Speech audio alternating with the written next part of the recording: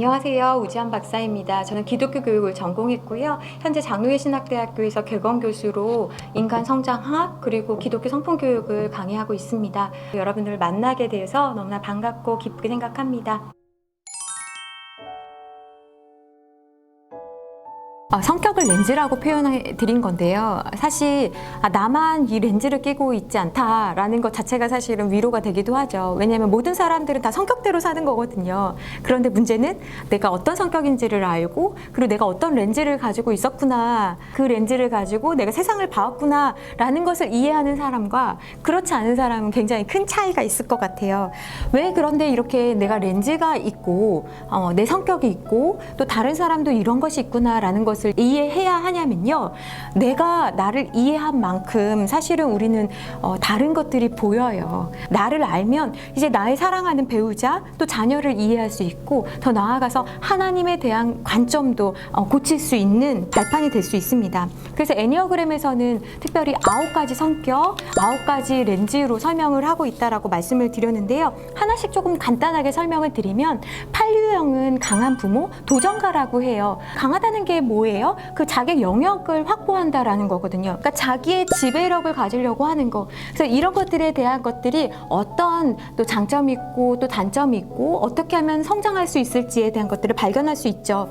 9유형 같은 경우에는 편한 부모라고 말씀을 드렸어요. 편한 사람의 특징은 갈등이 있지만 그 갈등을 직접적으로 해결하려고 하지 않는 거예요. 나의 이 편안함 때문에 오히려 굉장히 상처를 받거나 또 어려움을 겪을 수 있다는 것을 알아차리게 한다라는 거예요.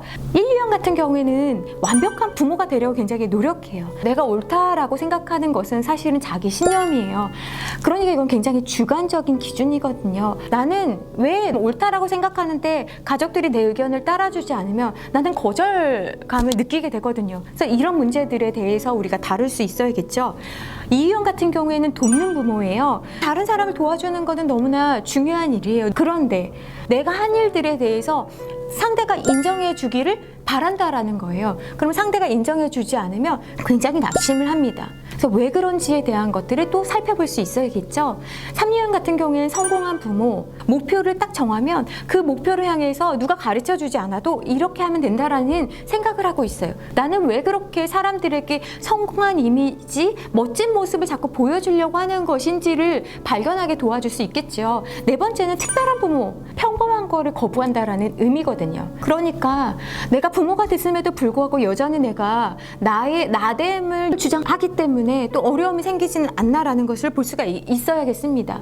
5유형 같은 경우에는 똑똑한 부모가 되려고 하는 거예요. 도대체 나는 왜 똑똑한 부모가 되려고 하는지를 생각해야 된다라는 거예요. 6유형 같은 경우에는 충성스러운 부모 또는 신뢰할 수 있는 부모라고 표현을 할 수 있는데요. 그러니까 내가 충성스러운 사람이 되기 위해서는 어떻게 해야겠어요? 가족 안에서 어떤 새로운 것들을 막 할 때 그렇게 안 했으면 좋겠는 거죠. 그렇다면 만약에 다른 유형의 그 배우자나 자녀일 경우에는 굉장히 이런 것들이 어려움이 될 수 있다라는 것입니다. 마지막으로 7유형 같은 경우에는 즐거운 부모라고 했어요.